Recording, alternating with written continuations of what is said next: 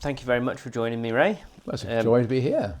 It's lovely to see you in the CMJ office and for you to give your time up, so that's much appreciated. So the goal today is we want to learn a little bit about your past and how you came to sort of walk the walk you have done. So can I start by asking, is it Ray or Raymond? Is Raymond the full name? I'm Ray. Right. Some of the family used to call me Raymond. Right. But no one does now. Right. But on your birth certificate, it's Raymond, Raymond, I presume. yes, Right. Okay. Absolutely. So, and where were you born? I was born in Southampton. Right. And my father was a GP in the town there. Right. And came to Southampton to do a house job, and he met my mother, who lived in Southampton and was brought up there. Right. And your dad meeting your mum in Southampton. Mm-hmm. Do you know where they met? Any of that sort of story? Well, they met actually through my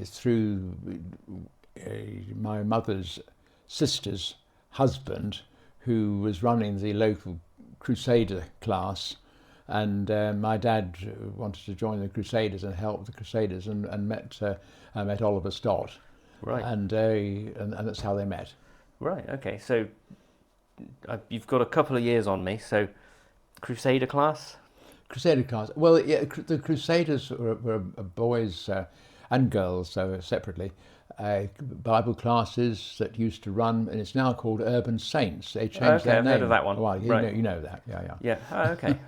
Fabulous. So they met at Crusader class. So they were coming from a Christian sort of family background, I guess. They both had firm Christian foundations. Yes. Right. Yeah.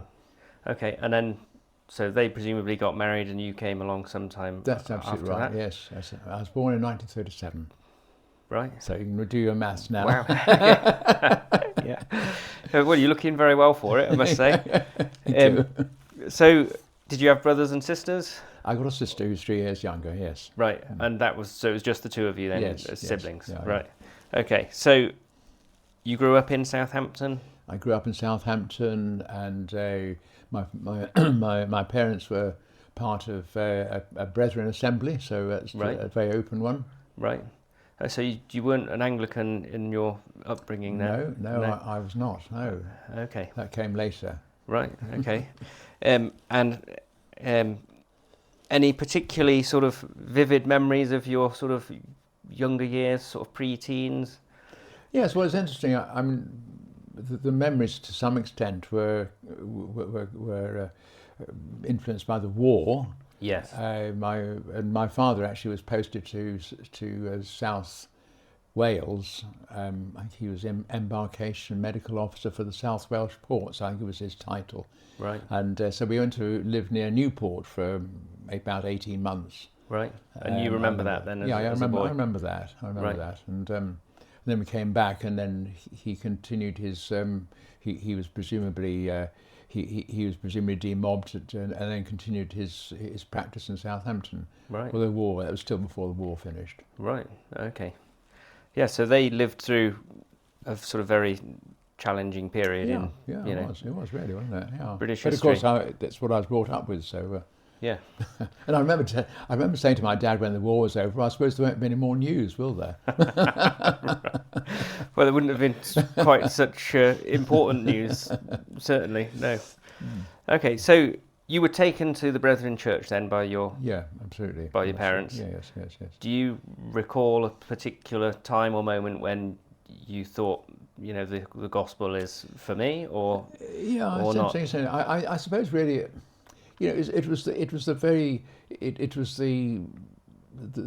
nature of who I was, really. Mm-hmm. And yet I remember at the age of 12 or 13, I mean, I'm probably 12 actually, I actually asked the Lord into my life in a specific way. Right. And I think my mum actually spoke to me. We were having a chat at bedtime, and right. And I think that's when it. Right. Actually, when the penny dropped, this was something that needed to be for me personally. Right. And so you got through your younger years, and then what did you decide to do with your time as you got older? Sort of what did Well, you... then I actually went off to boarding school when I was 13 Right, to a place called Monkton Combe School, which is near Bath, Right. and it has a Christian foundation as well, and it is an Anglican-based foundation. So it was a school where was school chapel and so on. So I got used to Anglican worship and that sort of thing. So that was my introduction really to quite a to the change church from a worship. brethren sort of Yeah, so service. it was quite a change. But I think there was more that sense of general evangelical and close associations with Scripture Union, for instance, and those sort of things. So very much open, ecumenical sort of feel about things. Right, okay. So what were your favourite subjects there? Do you have any particular favourites? Well, I remember when I was at my prep school, the headmaster was he was the maths teacher, and I got on well with him, and I enjoyed maths. Right. So it still tends to be the subject that I wanted to specialise in. So I took eventually A levels in maths and physics. Right, okay. But I didn't pursue that line at all later on. Right, you abandoned maths and physics. Absolutely, yeah. So you didn't do maths or physics No, I at didn't uni do maths. or anything? I didn't do maths or physics at all Right. beyond my school. I went to Cambridge and then actually studied economics initially because I thought I was probably going to be an accountant. Right, okay. And I didn't like economics, so I changed. I changed in my second year to law. Okay. So I hopped around a bit already at that stage Right. of life. So did you do like 1 year of economics and then you I did 1 decided... year of economics, yes, because it was a part. The part 1 course happened to be just 1 year, Right, and the law part 2 happened to be 2 years. right. But I think I was just beginning to wonder whether God was calling to full-time ministry at that point when I was at Right. university. But it didn't really gel, and I was interested in law as well. So I in fact went on to then, after I'd graduated, to become a solicitor. Right, so post-World War II, economics, year 1, Maynard Keynes, modern monetary theory, was that kind of in the frame at Cambridge? That sort of thing came into it a bit. Yeah. Right, okay. Yeah, interesting period there. I won't do a digression into politics. Okay. Okay, and then you did law, so that was, what kind of law was that? Was that... Well, it was all different subjects, real estate and contract law, and I didn't actually do criminal law as such. Right. And then after I graduated, I went to live in London, and was articled to a solicitor with a view to becoming, obviously, a qualified solicitor. Right. Which I did in 1961, I think it was. Yeah. So you did qualify as a solicitor then, So I and you qualified started as- working as one? Absolutely, yes. Right, Yes. okay. And I was there in the a firm where I'd been articled. I stayed on there, right opposite the law courts in the Strand. Right, wow. Oh, okay, so it's quite a sort of stellar start, really, then going to a very prestigious university, getting a job as a solicitor in London. Kind of, you looked set up for a sort of successful professional kind of career then. Would that be a fair well, I think characterisation? that's certainly what seemed to be likely. And during that time, when I first left Cambridge and went to London, I was associated with something called the Cambridge University Mission Right. in Bermondsey, and it was actually lived there, helping in the boys' clubs as well. Right. And obviously in the daytime, cycling into the Strand, along to the Strand, Right. to do my daily job in the office. Wow. Okay, so did you get married before your career changed, or? Yes, as Jill says, she married a solicitor. Right. Okay. So, so she went into that with her eyes open. Then, so she expected to Yeah, marry a solicitor and stay yeah. in London, presumably. Well, we were actually planning to go out to a provincial town somewhere. That was the sort of vague plan we had. We Right. seemed to think it was right, not rather than staying in London. And in fact, I wanted to get some experience in advocacy. Right. So I in fact left the office and having applied for a job at Scotland Yard. Oh wow. Okay. So in fact, I was accepted there. And although I said, look, I'm not making this a career, but I really want to get some experience, and they still took me on because I've always believed in being upfront with people as to who I am and what I intended to do. Right. So I joined the team there and became a prosecuting solicitor, Right. mainly doing road traffic cases. But it gave me the experience of standing up in court and opening my mouth and putting a case and that sort of thing. Wow. Okay.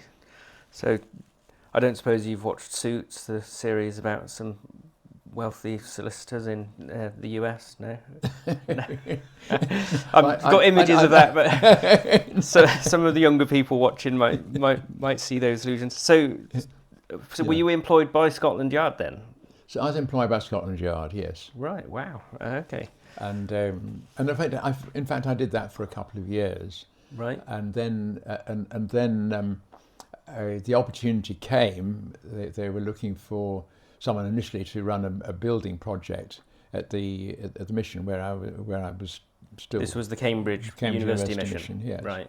But although by then, we were married, so I was no longer living there. We got married in 1964. Right. And we were actually, of course, living in London, and the opportunity came to join the staff of the mission. Right. And so was that like an unpaid voluntary thing? No, at that point? it was a paid position, but Right. I mean we weren't the salary was considerably less than one was getting as a solicitor. One can imagine. Yeah. Yeah. But it seemed to be the right thing to do, and they were very good at Scotland Yard, and they still gave me cases to do to sort of supplement my salary. Right. Wow. Which worked very well all the way around. Right. It was I really appreciated their kindness there. Actually, it was very good.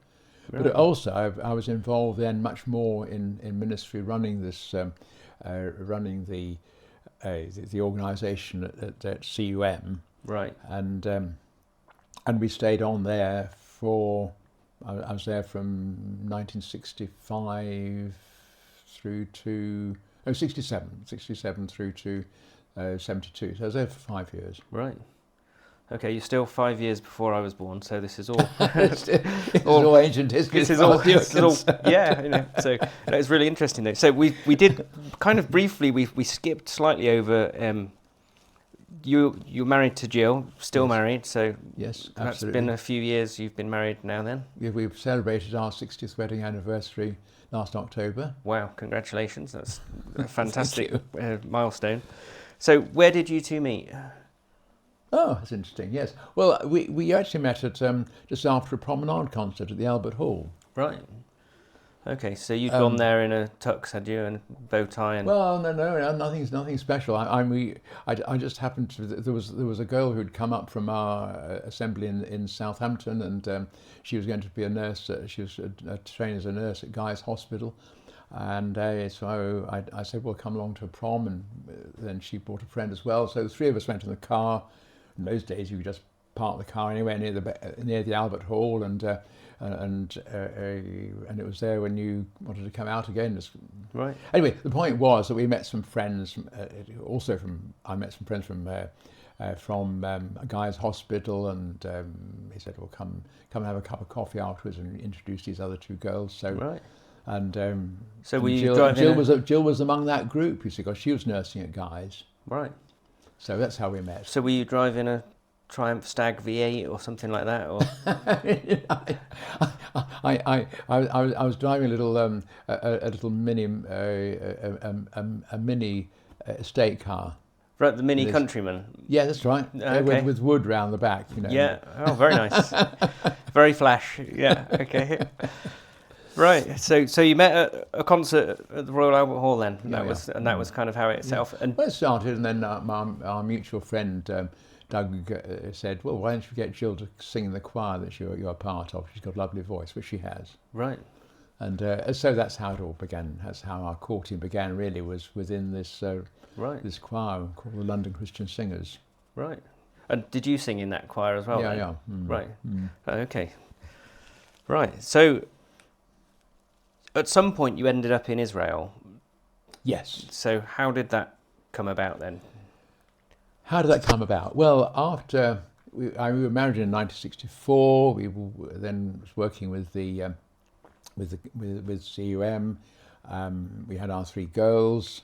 Right. 3 daughters. And right. so by the time we're now in sort of 70, 71, begin to consider how long is it right to stay here, because it clearly wasn't a work for life. Right. And then really began to feel God was calling to the ministry. So the long and the short of it was that I was accepted, and then we went to train. With who? Well, at an Anglican theological college. Right. So you were training to be a minister at this point? Absolutely, yes. Right. Okay. So in 1972, we made the huge move of leaving the south, which I'd never done before, and venture somewhere up north. Oh dear, the wild north of England. All the way to Nottingham. Okay, right. Not, Yeah, not quite the north. It's kind of getting there. Not quite the north. Yeah, It felt like it at the time. Right. But it was absolutely the right place to go, and I trained at St John's, and it was a wonderful. I wouldn't have found a better place. Right. So and then you lived in Nottingham then. Absolutely, yes. In Okay, Bramcote. I didn't know that. Yeah. Okay, I know Bramcote. Yeah, it's nice around there, isn't it? Yeah. Yeah. Okay. And we were there for 2 years, and I was ordained in Southwell-Minster. Right. In Which is just down the road from us here. Absolutely, yeah. In 1974. Right. Okay, so I've still not been born yet. No. So you're an ordained minister by 74. So did Yes. you go to a parish then at that point? So I then went to a parish in Nottingham itself, in fact. Right. And our training vicar is still alive, lives in Newark, and after this interview, we're going over to see him. Right. Okay. Is he your age or older? Or? He's older than me. He's in his 90s now. Right. Wow. Okay. Well, you're all doing very well. So, how long were you in Nottingham for then? How long did that last? The curacy actually lasted for about 2.25 years, which was reasonably short. But I think it was felt that the sort of work that I've been doing beforehand in Bermondsey sort of even wasn't ordained. It was a sort of quasi ministry job. Right. So the opportunity then came to become an incumbent, to be a vicar. Right. And we found ourselves in a place called Nebworth in Hertfordshire, Right. near Stevenage. Now I'm thinking of concerts for some reason. Yes, well, you see, there's a big park at Nebworth House and Park, and they had They do gigs there, don't they? Well, they did do. Yeah, well, they used to, I don't know whether they still do, but they certainly used to. And I'm sure Mark Knopfler played at Nebworth. yeah. But I'd have to check that later. There was Queen and all sorts. Okay. It was quite a big thing that was happening. It was a very big thing. Yeah. And you were there in Nebworth with your own church. We were there with obviously with the family and everything, and we actually stayed there. Again, it was quite a short time. I don't seem able to hold a job down very well, do I? Right. We were there from when was it? November 1976 through to January 81. Right. So it was only just over 4 years, really, which is an extraordinarily short time. And we saw God doing so much during that period of time. And I look back now, back over 45 years or whatever it is, and just see how God worked and brought people together and called people to ministry in different ways. It was very significant for us. Right. Anyway, the long and the short of it was that we were then quite clearly called back to Nottingham. Right. And I became vicar of the church where I was curate in St Margaret's Aspley in Nottingham. Okay, I lived in Aspley many years ago. Did you really? Yeah. Yeah. Yeah, when I was about 17, me and my brothers lived in Aspley, so I Did know you? Aspley. Yeah, Oh, so you know St Margaret's then? I know where it is. Yeah, Yeah. yeah. I've never been in it, but I know Right. where it is. Oh, Yeah, interesting. yeah. Oh, well. Small world, small world. So at this point, had you got any particular interest in Israel or sort of the Jewish people, or was that not It's featuring at interesting. all? No, I don't think it had never really crossed my mind, even at that point, particularly. Right. And I suppose looking back, I can remember when I was a lad of 10 or 11 or whatever it was in May 1948, when Right. the people at the Brethren Assembly were very excited about the formation of the State of Israel. Yes. Yeah. And I can remember that sort of sense of, prophecy being fulfilled Yeah. and so on, and so that was the general sort of feel about that. Right. Certainly. And you'll have been an adult when this was happening, so you'll remember the sort of debacle with the Suez Canal crisis and Yes. the British, French, and Israeli aborted attempt to retake the Suez Canal. So presumably you remember some of that going on. I don't know that particularly had much effect on me. I don't think that news issues weren't particularly on top of the agenda, and Right. and in the mid-50s, news wasn't sort of being bombarded at everybody in the same way as it is now. Right. Okay.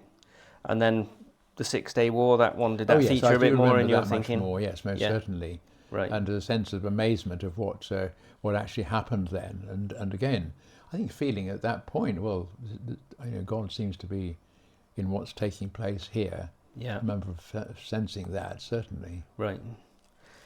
Okay. So when did you actually go to Israel then? Because you have lived in Israel for you see, some it's time, haven't interesting. you? Yes, we were back in Aspley during the 1980s, Yeah. and in 1987 we had the opportunity of a couple of months or so of sabbatical, and during that time, amongst other things, we not only went out to Singapore for a short time and did some work with the Singapore diocese, but also actually went out to Israel. And so Right. Jill and I have actually visited. I had visited earlier on, just before we were married even. Right. But for Jill, it was her first visit there, Right. and it was during that time that we really began to feel that God was calling us perhaps to work overseas. When we were in Singapore, the bishop met with his clergy every week, and the week we were there, we were with them, and he said, "I'd like to pray with you both," and the bishop prayed for us that God would bless the ministry that would open up among many nations, and we sort of felt, that doesn't sound like Nottingham. No. No. And it's Right. one of those things which was quite significant in pressing us forward. We thought really that we were likely to go to Southeast Asia actually, Right. but that never worked out. And it was while a couple of weeks, 2 or 3 weeks later, we actually went to Israel. We began to think that this might be it. And I remember we visited Christchurch for the first time, Right. and Yeah. I met Alfred Sawyer, who was the rector of Christchurch at that time, and he took us up on the roof. And he was a lovely guy. We got to know, of course, Alfred very well latterly. And then he said, "I'm not quite sure why I'm asking you this question, but have you ever thought of coming to work out here?" Right. And I said, "No." "Why do you ask?" And he says, "Well, I just felt I ought to." Right. So obviously that's the sort of comment again that you sort of mull around and Yes. pray around, and Yeah. and somehow it seemed to have a significance, shall I put it that way. Right. And so when we got back, we chatted over with some of the lay leaders at St Margaret's, and they sort of affirmed that maybe this was the right time for us to move on. Right. And so we began to explore possibilities, and actually discovered whether there was anything with his CMJ, and we were told well there wasn't at that point. And then I remember Jos Drummond, who was then the General Secretary, getting in touch. I think it was at the beginning of May, this would be May '88. Right. And he said, I've got to come up to the Midlands. He said, I quite like to pop in and see you and chat about CMJ. So he did, and there was a vacancy, a likely vacancy at Stella Carmel, and he said, would you consider coming for an interview at St Albans? Right. And that was the CMJ HQ at the time, wasn't it? Which was CMJ HQ right. then, yes. Yeah. And he and within 3 weeks we were having an interview. Right. Wow. At the same time as John Fieldsend, so we were both interviewed on the same occasion. For the same post? No. John was going Right. to be I think the Home Secretary of CMJ at the time. Right. Wow. Okay. And you mentioned Stella Carmel. Is that what you said? Yes. So, what's that? Stella Carmel. Stella Carmel was one of the CMJ centres in Israel, Right. of which there are 4. Then it was. I've not heard of that one. Well, it's interesting actually. Perhaps you haven't, because history's moved on since then. Right. And so actually, what happened as far as Stella was concerned, that we were there for. We were in fact accepted, and so things rolled on, and we actually went out in January 1989. Right. Started our time with CMJ. So were your children grown up by this point? Our children were grown up, absolutely, Right. yes. So it was just you and our Jill youngest had just left to start her nursing career in London. Right. To train, and the girls said, "Well, go on, Mum and Dad, you go for it." You know, they were very supportive. Right. So we were very grateful to that. Right. Not that it was always easy, because you know, Still a long you're way leaving away, them isn't it? behind, and they're in their early 20s, and they hadn't really got a home base any longer. No. So that was a real challenge. I think probably the hardest challenge of all, actually. Yeah. Really sort of being away from the family. Yeah. But God wonderfully undertook in that way, I must say. But anyway, I interrupt because we were in the middle of Stella Carmel. Yes. We were there for a what proved to be again shorter than we had anticipated. Shorter time. The Stella was a retreat and conference centre on the top of the Carmel. As in range. Mount Carmel, presumably. Near yes, and about 16 kilometres southeast of Haifa on Right. the coast, and it was a wonderful place, and we had Jewish groups, Arab groups coming through, believers, expatriates, guests coming to stay. We had a wonderful team there, few full-time staff and volunteers, and it was a great experience. Right. And but what happened was that actually towards the end of our time there, we began to get to know a couple by the name of David and Karen Davis, who had come over from America, and who actually were instrumental in starting a new Messianic fellowship, Right. which began to meet at Stella Carmel. Right. And I remember in the July of '91, just after the first Gulf War, Yeah. they're coming and beginning their fellowship there, which has Right. grown and grown and grown over the course of the years. And after we had actually left Stella, but we were still very much involved in what was happening there, the opportunity came for CMJ to give them part of the land where they could build their own worship centre. Right. Wow. And it's a magnificent building, and it's a wonderful centre. It has now been transferred over to them, so it's a wonderful example of real indigenisation. Yeah. And this was purchased by them, Right. and with that money, CMJ was able to acquire Beit Bracha, which you will have heard Right. of. I have heard of that one. Yeah. Okay. Yeah.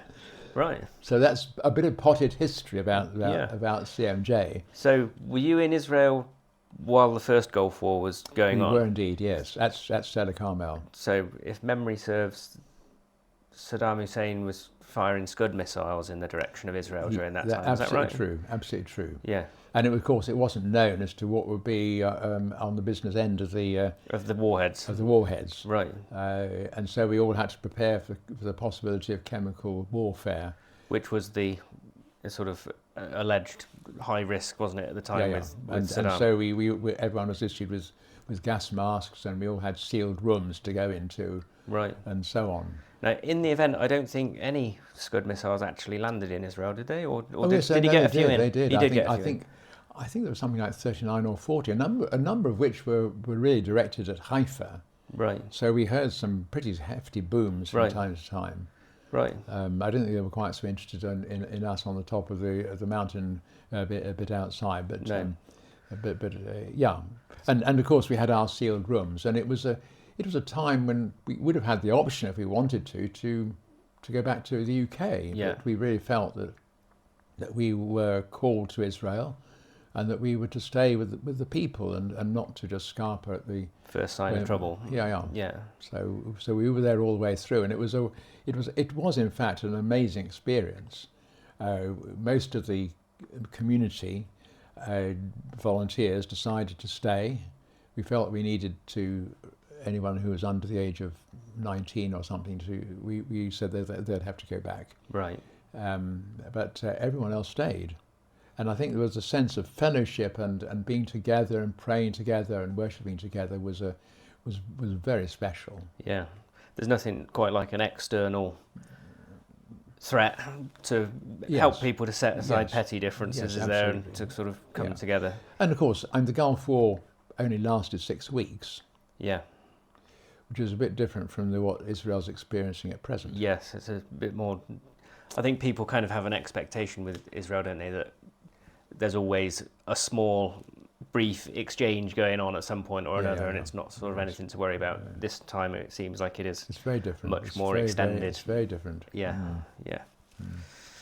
Okay, so you were in Israel. You were at Stella Carmel. Was that the only CMJ centre that you sort of worked at, or did you go elsewhere? Well, you see, what actually happened was that at more or less that time, Alfred Sawyer and his wife finished at Christchurch and went back to America. Right. And basically, although we felt that we were called to Stella Carmel, that nevertheless we ought to be prepared to offer ourselves for Christchurch, because we obviously being ordained and within the society and already out there, then I suppose in a sense I could have been an obvious choice. But anyway, the long and the short of it was that we were asked to go to Jerusalem. Right. So you were in charge of Christchurch in Jerusalem. Yes. So that's why we left Stella sooner than we'd anticipated. Right. Okay. So how long were you at Christchurch for then? Was that? I was at Christchurch for exactly 8 years. Okay, that's a fair while. So I was rector of Christchurch from September 91 to September 99.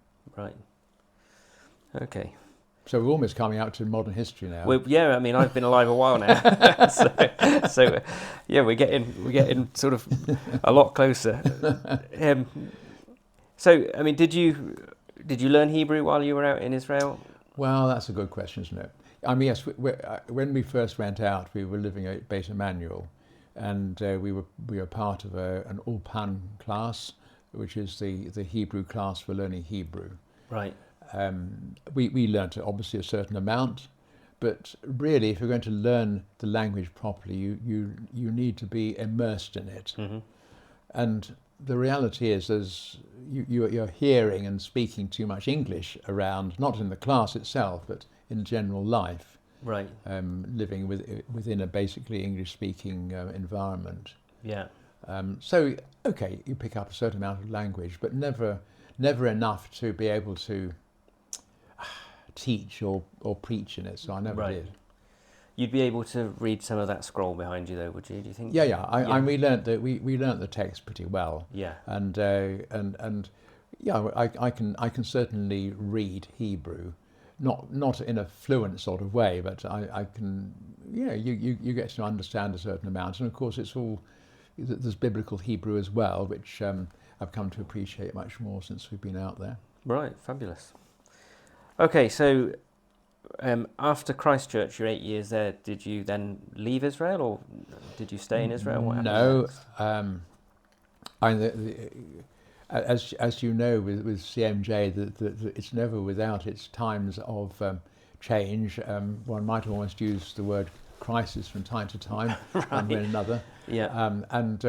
There was some fairly sort of rocky times in the later 90s, one way or another, which resulted in there needing to be someone appointed to be the field director, the Israel director out there. Right. And so the long and the short of it was that I was asked to be the Israel director. Right. And so was that a promotion of sorts, or would you not call it that? Interesting. I think I can honestly say that of the 3 periods that we had, Stella Carmel, Christchurch, and then as Israel director, I think the bit that I enjoyed least was the Israel director bit, right. to be honest. Right. And we stayed on there. This was, as I say, I actually was appointed at the beginning of 1999, so I was actually doing the 2 jobs for about 9 or 10 months. Right. And then Michael Cohen was appointed as the new rector. Right. And so at that point we moved out to a flat in Gilo towards Bethlehem area. Right. So have you got any particular highlights from your time in Israel then? What would you sort of say were the best moments? Have you got any standout ones that spring to mind? Or there were so many. As I look back now and see that the privilege of being at Christchurch was just enormous, and I marvel at the way that God sort of led us step by step to come to that particular place where we felt that we were able to minister in a way that was appropriate, I think, both for the people who were living there, and we'd made many friends and contacts in the Jewish community, especially amongst the Jewish believers, as well as with the Arab communities, and to see people from different backgrounds worshipping at Christchurch, along with so many people who would come on a particular Sunday and maybe worship there for the first and only time. Right. And realising that this is part of the ministry that we had as a congregation, to be able to say something and provide an experience of worshipping God and hearing His word in a context that they would remember as being unique. Mm-hmm. And so many people who have said that they found God speaking to them, even though they only came maybe on 1 or 2 occasions altogether. And I think that sort of thing, because reconciliation has always been very much in our hearts, mm-hmm. and being open to the people. We just love meeting people and greeting them and making them feel welcome and at home. And I think that was something that was very special that we were able to do, and it was partly why God wanted us to be out there at that time. So did you find that Messianic Jews and Christian Arabs were able to sort of fellowship together, in a meaningful way? Sometimes it was challenging. Not only because, of course, they're worshipping, as far as they're concerned, with different in a different language, mm-hmm. But also even amongst believers, of course, there's a certain difference of view in terms of interpretation of some aspects of the Bible, yeah, and of God's purposes, yeah. But nevertheless, during our time out there, we certainly saw a progress which I know has deepened and been encouraged since then.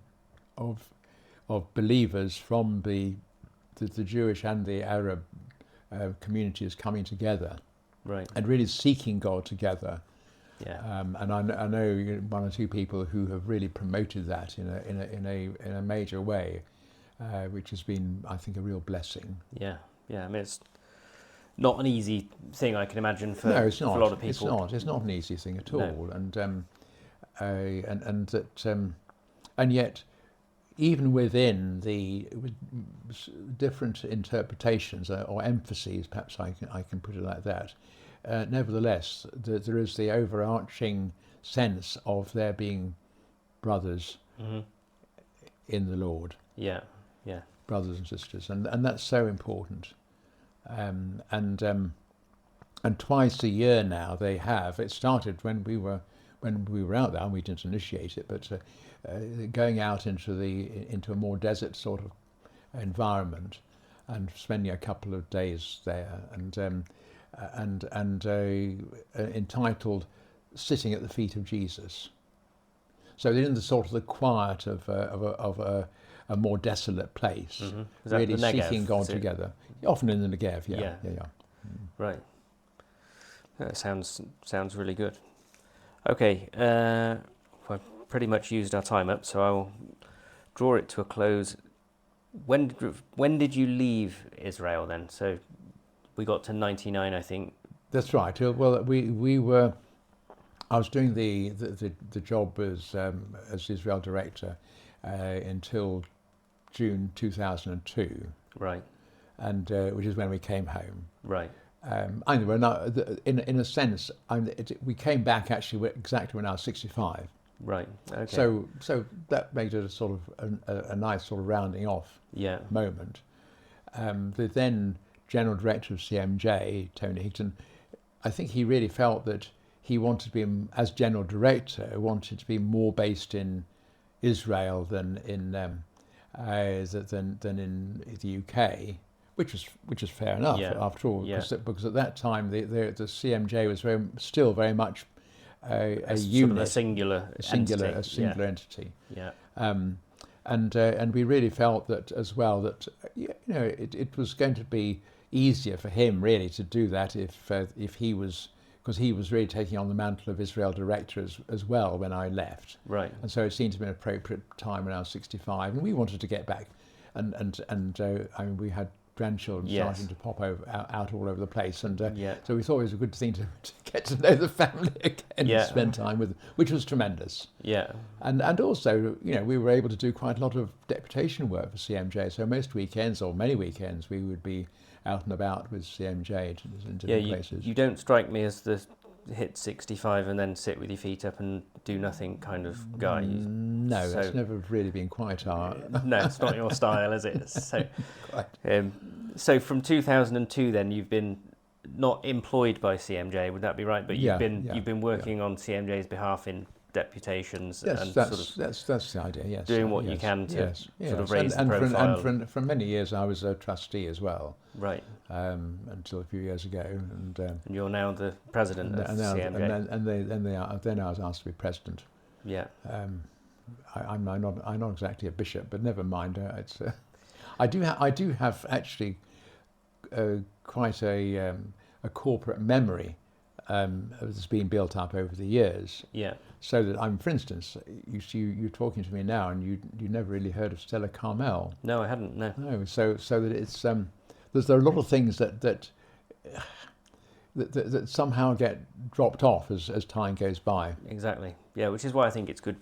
So I think there's something to be contributed from that point of view. Yeah, to do that, because the memory can be very short, can't it? That's the thing. Well, I think it's very interesting actually, because you've been here at Eagle Lodge now, so CMJ has been here at Eagle Lodge since 2007. Right. Yeah. So it's 18 years or so, and so even the memory of St Albans is getting a bit sort of dimmed. Yeah, I mean, I've never seen I know of it, but I never saw any of it. So yeah. So it's good to.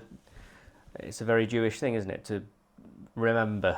And it's a very biblical thing. It is memory. Actually. It is. And I suppose it's through stories and so on that the corporate memory begins to be to be passed on Yeah. in some way or other. Yeah, and hopefully this will help with that, because we Yeah. will save it and put it out there, and hopefully it will keep floating around in the cloud somewhere for many years to come. So, okay, so and then just to finish then, Ray, so you're now living in Bristol Yes. with Jill. You've Yes. Yes. been there 2 or 3 years. We've been there 2 or 3 years. We have a daughter who lives in Bristol, Right, which that's is nice. part of the reason why we found ourselves moving there, really. Yeah. Because anyway, yeah, that seemed to be the. So you've the managed to opportunity. get back into the south of England to some extent. So we're back in then? the south of Yeah, England now, okay. but it's good at present to be here in Nottinghamshire once again. Indeed. All right, well, thank you very much for your time, Ray. Oh, really thank you. appreciate it. It's to enjoy. And hopefully those of us who will be tuning in to watch it will have been blessed hearing your sort of story, really. So thank you very much.